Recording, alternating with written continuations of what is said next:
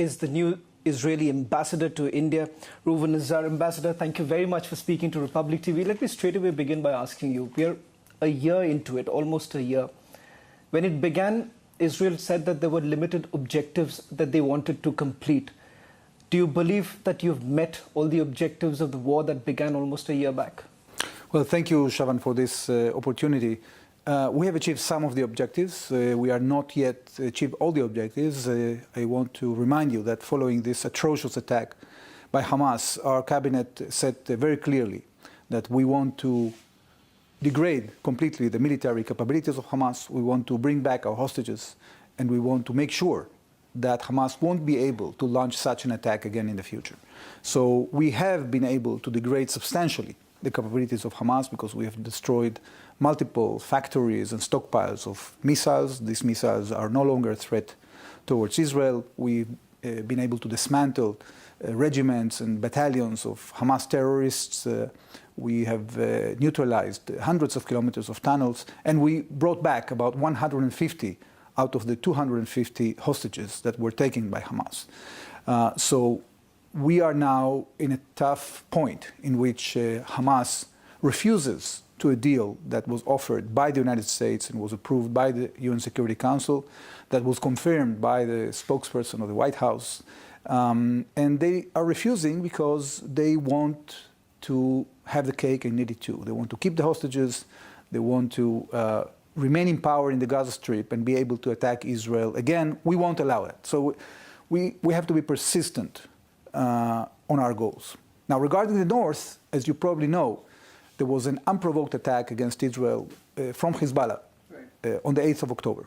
And frankly, you know, our army wasn't big enough to deal with both threats simultaneously. And that's why we had to sustain our position in the north with limited retaliation until we had the energy and the capability to put an effort, a serious effort that we are doing right now, not only to hurt the capabilities of Hezbollah to attack us, but mainly to implement UN Security Council Resolution 1701 that states very clearly that Hezbollah forces cannot be positioned on our border. They have to withdraw at least to the Litani River, which is a few kilometers to the north.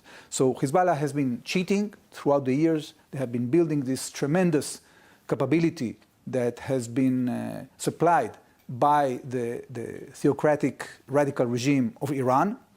And we are making it very clear that we want to bring our citizens back home to the north. We have evacuated about 70,000 people. They deserve to go back to their homes, and we are not going to allow them to go back unless Hezbollah is out of the border. Ambassador, does Israel essentially believe that they have been able to neutralize Hamas, perhaps in a way that they would not be in a position to carry out any attacks, similar to what we saw on 7th of October? Well, right now, this is indeed the situation. But, Shavan, what we have to make sure is that Hamas cannot regroup and rearm again. And that's why we have to maintain our presence in the Philadelphia corridor. That's the border between Gaza and the Sinai. So contraband of weapons cannot renew.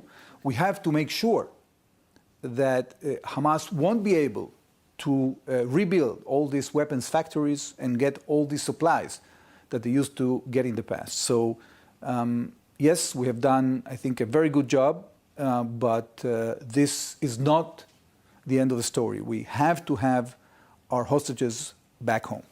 There's been a great deal of criticism that Israel has also faced, particularly from your Western allies. Prime Minister here has also spoken about the fact that a resolution is only possible through dialogue and not on the battlefield. Ambassador, how do you really look at the end game vis-a-vis Gaza? Well, you know, Shavan, throughout the last few decades, we have not only initiated dialogue, we have presented multiple peace proposals to our Palestinian neighbors. Not only that, we have completely withdrawn from the Gaza Strip in 2005. And these radical Islamists took over the Gaza Strip in 2007. They threw out they massacred their own people, the Fatah leaders and the Palestinian Authority people. They deported them from the Gaza Strip. And they have been attacking us since then. And we've been trying through multiple efforts to create a situation. And we thought that we will succeed in creating a situation in which Gaza decides to stay concentrated on their stability and prosperity. But unfortunately, what Hamas did is they hijacked the entire population, the entire international assistance, only to direct an attack against Israel because they want to destroy the state of Israel. And that is very important to understand. Right. So you can have dialogue with people that want to talk to you, but people that want only to destroy you, you have to destroy them. Because this is the only way in which you will be able to generate a leadership that is more pragmatic, that is more sensible, that is more realistic, and that can actually engage in a serious effort to make peace with the state of Israel. But Ambassador, if I am to ask you, with regards to the vision that Israel has in terms of bringing peace in the region, what would that be? Because I believe militarily you all have tackled the situation. Politically, how do you take this forward? Because somewhere down the line, you too would want some sort of a solution, resolution to this entire problem. The fight, the war cannot go on. Exactly. So, look, a prerequisite for political stability is security stability. You cannot have a situation in which you are constantly attacked and simultaneously achieve political stability. It's not going to happen. So we are having, not only in the Palestinian context, but in the general sense, in the region that we live in, we have a lack of political stability because there are radical forces that are working to destroy the state system and the stability in the region. That is coming mainly from Iran, that is sponsoring all these proxies in the region. They are proliferating very dangerous weapons of mass destruction and the technology to produce them to rogue elements like the Houthis in Yemen, like the militias in Iraq, like militias in Syria, like Hezbollah, Hamas, Palestinian Islamic Jihad, and more. So unless there is an effort by the international community to put pressure on Iran to change those policies. So you're saying the focus right now essentially would only be on Iran because they are, after all, the ones who are backing the rebels. They are the ones who are basically destabilizing this situation. They are not rebels. These people are terrorists, okay? And they are terrorizing not only the population of Israel. They have killed 500,000 Syrians, okay? They are oppressing their own people. This is the problem that we have. So you know, unless there is a concerted effort to make the Iranian regime change its policies, it's going to be very hard for us. And we will have to use more military power in order to restore stability and peace. Now, the good news is that we have generated a lot of cooperation in the intelligence and security and operative sectors with pragmatic players in the region. Like who? Like, for example, the United States under the command of CENTCOM, like Jordan, Egypt, UAE, Bahrain, Saudi Arabia, etc. So these countries are also concerned from the radical waves in the region, from Iran, from the Muslim Brotherhood, from Al-Qaeda, from ISIS, and they have an interest to create security coordination in order to confront these attacks, and we have seen that very clearly on the 13th of April when Iran launched an unprecedented barrage of drones, missiles, and ballistic missiles against Israel. We have been able to foil that, not only thanks to our own capabilities, the great defense systems that our defense industry created, but also as a result of cooperation with other countries, other air forces from the region and from outside the region. So this building block of security, once it is established, will create political stability, and the combination of both will allow us to also create economic cooperation and prosperity. Ambassador, I'm quite clear about what you're saying in terms of the military strategy dealing with the current situation. Politically, you're saying that can only happen when Iran basically backs off with the mindset that they have. New Delhi has always been advocating the two-state solution. Do you believe it's a pragmatic solution for Israel at this point in time, or you believe that this is going to take some more time? Well, in order for it to be a pragmatic solution, it has to be a realistic solution. And there cannot be a realistic solution with creating a terror state controlled by Hamas, because then you will never have peace. So first of all, we have to defeat the radicals. We have to encircle them. We have to create a solid coalition for pragmatism and peace. And then, of course, we can re-engage in negotiations that will bring to Palestinian self-rule. The Israelis want Palestinian self-rule, but only one that will not threaten the state of Israel. And we have proposed that many times in the past. We were rejected. In the year 2000, we proposed a very generous proposal to Arafat. He rejected and launched the Second Intifada, a wave of suicide bombers. Okay? We proposed that in 2007 and 2008. Okay? We proposed it during the Trump administration, together with the Abraham Accords. So Israel is no doubt a democracy that wants peace and stability. The question is how we are going to overcome the threat that is coming from aggressors, from people that are terrorists and do not respect humanity, do not respect international law, and abuse our norms in order to attack us, murder us, rape us.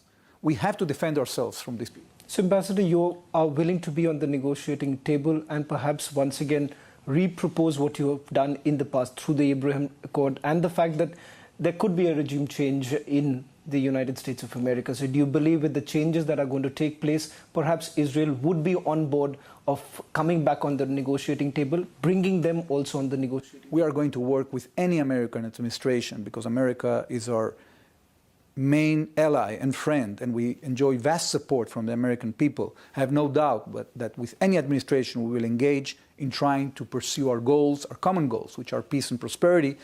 But you have to understand, we have to create a realistic path. You know, speaking about things and ideals is nice, it's beautiful.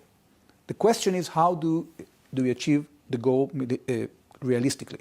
And this is what we have to concentrate in. And you cannot achieve that goal with people that only want to murder you and want to completely derail stability in the region. Who do you blame for derailing stability in the region? Well, it's all, as I said, this axis of terror, this octopus that is actually led by the theocratic, radical Islamistic regime in Iran. They have been, in the last 20, 30 years, and especially since 2010, when the Arab world basically collapsed, the Arab system collapsed, they've been entering into the vacuum and actually helping all those rogue elements, all these terrorist organizations. They have been training them, they've been supplying them with weapons, they've been financing them, okay? And their aim is not only to attack the state of Israel. They want to take over the Middle East. They want to be the hegemonic power. They want to fight our democratic values. This is very dangerous, and actually they've been proliferating these weapons even outside the region. Look what's happening now in Ukraine. You have Iranian drones that are falling on European soil. Now, we've been talking with our European friends for the last 20 years, and we warned them against this threat coming from Iran. Right. Unfortunately, not enough pressure was put on Iran to change its policies, and it's about time that this happens. Ambassador, with your permission, I would like to tell our viewers that perhaps the best person right now to talk about the opening up a new front is you, as someone who served in that very area, who understands the challenges that perhaps Israel faces from the northern side. Opening up a new front brings up a new set of challenges. We saw the strikes that were carried out. There too, you faced another set of criticism by saying that civilians have died. Over 500 people have been killed in the strikes that have been carried out. Israel says that we follow the rules of war. In terms of the fact that Hezbollah is not the Hamas, the fact that for the last 18 years Hezbollah has been planning this, and the fact that in their charter the only single point agenda is destruction of Israel, how do you really think that you will be able to meet any of your objectives of perhaps crippling the entire military infrastructure of Hezbollah? Well, we've been preparing for this threat because, Shavan, we take the statements of our enemies very seriously. And therefore, we've been meticulously gathering intelligence regarding all these houses, civilian homes, in which Hezbollah has been hiding and concealing illegally and immorally their missiles. And we targeted in the last 48 hours more than 1,700 military targets in those villages. But before we did that, we sent warnings to the population, including to those who agreed or didn't agree to host these missiles in their homes. Please leave as soon as possible. From the Prime Minister himself to all the bodies of the army, we sent messages, telephone calls, flyers. We burst into their radio systems only to warn them to go out of harm's way. Because the last thing we want to do is to cause death of uninvolved civilians. And thanks to our effort, the number of civilians, tragic as they are, is relatively low, not only to the number of targets that we have targeted, but to the threat that those missiles would have put on Israeli civilians. Because remember, Hamas is committing a double war crime. They are both concealing their missiles in civilian infrastructure, and they are also firing indiscriminately at our citizens in Israel. So we have capabilities. We have shown that in the last few weeks. But how is it different?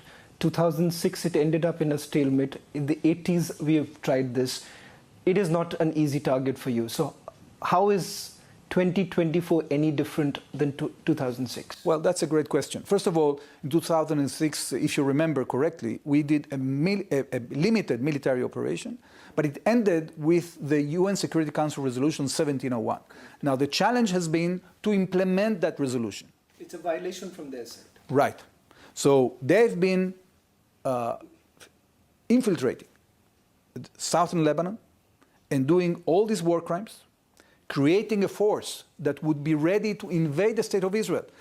We just made a strike a few days back, and we wiped off the entire commanding elite of the Radwan forces. That's a force of 15,000 warriors that were ready to invade the state of Israel. So you've eliminated them? We eliminated their elite force, okay?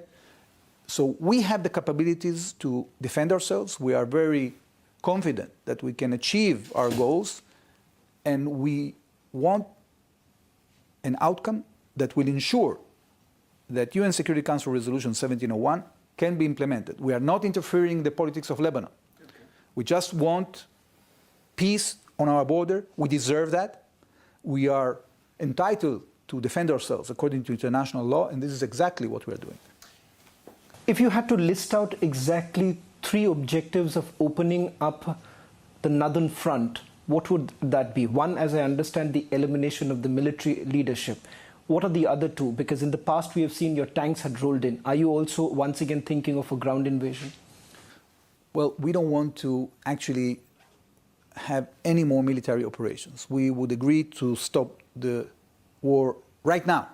You know, we've been trying for the last 11 months since they will not stop fighting at you. Fire. We've been trying. They would not with stop. Our American friends to create a situation in which we have a diplomatic outcome. Unfortunately, that didn't happen. And we couldn't allow 70,000 of our people to go back to their homes. So we are very clear.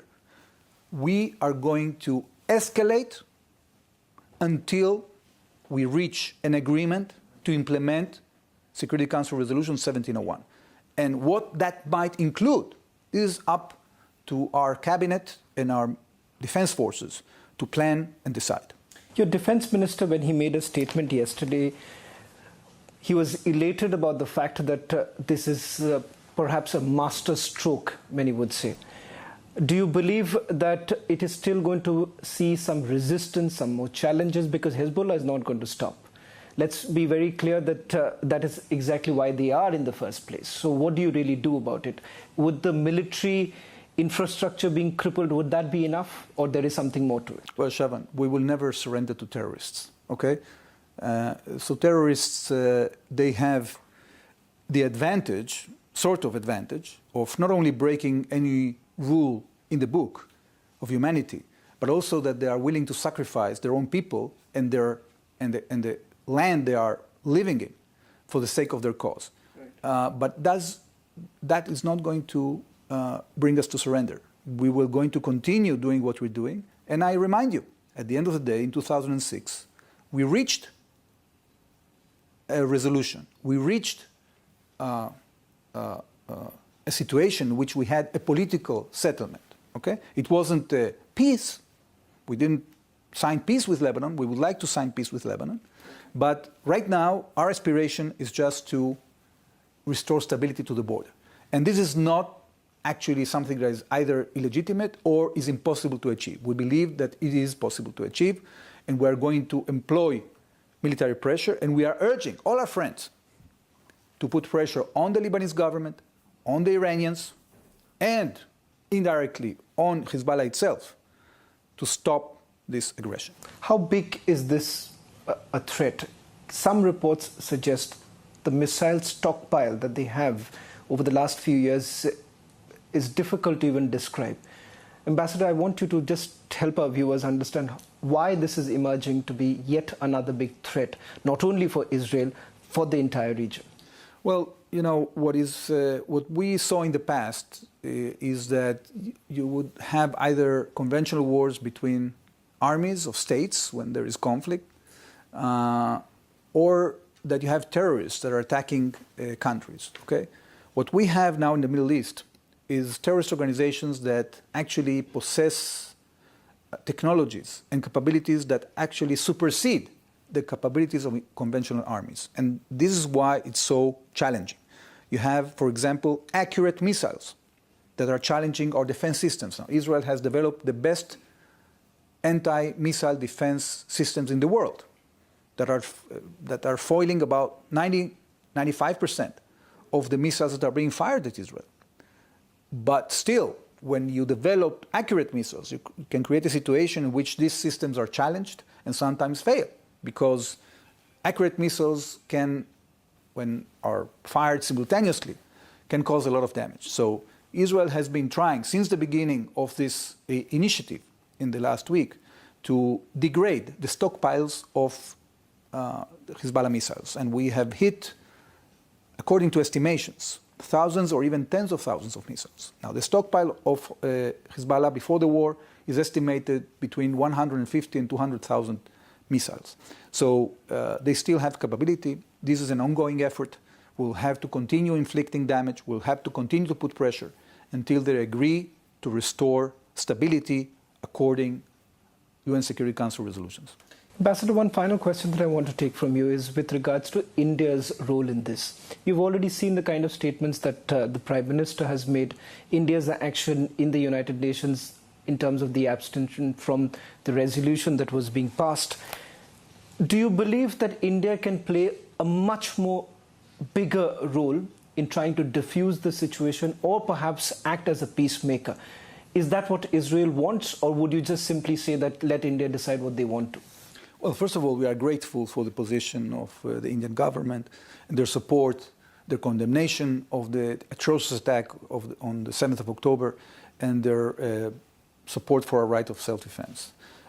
We also appreciate the positive role of India in the international arena in general, and specifically in the last week, the fact that they didn't support this outrageous resolution that you have in the UN, an organization that is completely rigged by countries that are, interested in their own interests, but not in peace and stability. And they are willing to support all kinds of distorted resolutions that delegitimize the state of Israel. So the fact that India has refrained from supporting such a resolution is very important to us, and we are grateful for that. Now, according to, we are going to have to see what India is interested in doing. At the end of the day, we have a very good dialogue between our governments, between our prime ministers. They speak from time to time. And if there is an initiative to have any kind of involvement, it is going to be discussed in close quarters. Well, thank you very much, Ambassador, for speaking to Republic TV. This, after all, is your first interview with us. We wish you all the very best as you start a stint here in India. And thank you very much for being extremely candid on various issues. That was the Ambassador speaking largely about the objectives that have been met so far and why exactly there is a need for opening up yet another front, and what is it that Israel aims to do.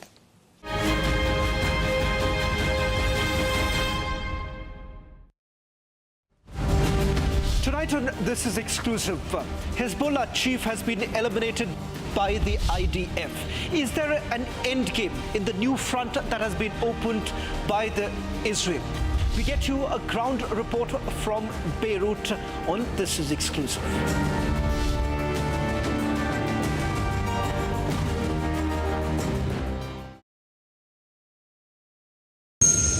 במהלך הטיסה אני נתתי אישור לטיפול